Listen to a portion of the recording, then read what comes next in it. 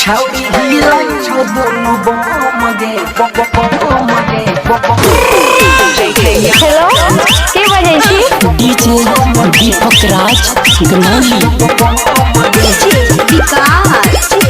छौरी हिलाई छौ दोनों सिंगिंग बाय बंसीधर चौधरी तोहर ओखला दे लाल क्या गे छोही गजब के माल है का तोहर ओखला दे लाल छोही गजब के माल रही चौकी के तोड़ तबा होते बाबाल जब डीजे करे छे धमाधम गे लचकई लचकई छौ जब कमरिया तोरा हिलाई छ दोनों बमगे हे लगबै छी जब ठुमका छौरी हिलाई छ दोनों बमगे लचकई छौ जब कमरिया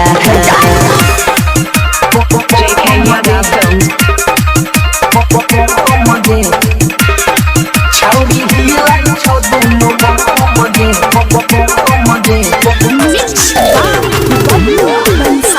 डीजे दीपक राज गनौली छौरी हिलाई छ दोनों बमगे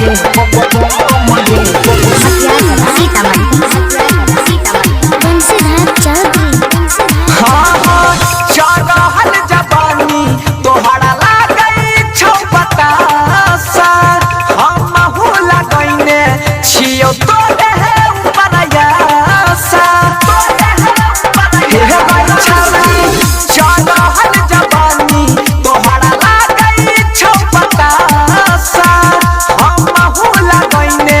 छियौ तोरे हे उपरयासा लागे छोही लागे गे डांस करे छही लागे छही लाली पोप डांस करे छही टोप भेले गरम मियाद छौरी ढोरी के पोप तनी हमरो पकड़ ना रहम गे लचकई छौ जब कमरिया तोरा हिलाई छौ दुनु बम गे गे लगबै छी चौप ठुमका छौरी हिलाई छौ दुनु बम गे लचकई छौ जब कमरिया डीजे दीपक राज गनौली छौरी हिलाई छौ दोनों बमगे जय मां कत्यानी रिकॉर्डिंग स्टूडियो मानसी एक गली है विकास छौरी हिलाई छौ दोनों बमगे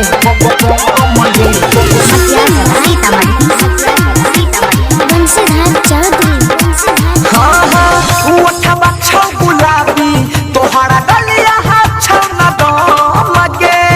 नया नया गाना पढ़ना चैते भाई न दमगे छौरी उठबा छौ गुलाबी तोहरा गलिया हाथ छौ न दमगे नया नया गाना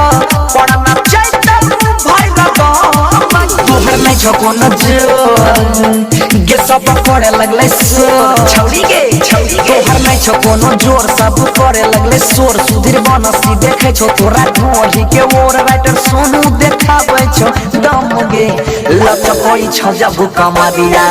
तोरा हिलाई छौ दोनों बमगे गे लगबै छी जब ठुमका छौरी हिलाई छौ दोनों बमगे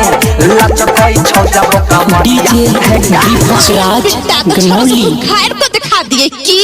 JK Yadav.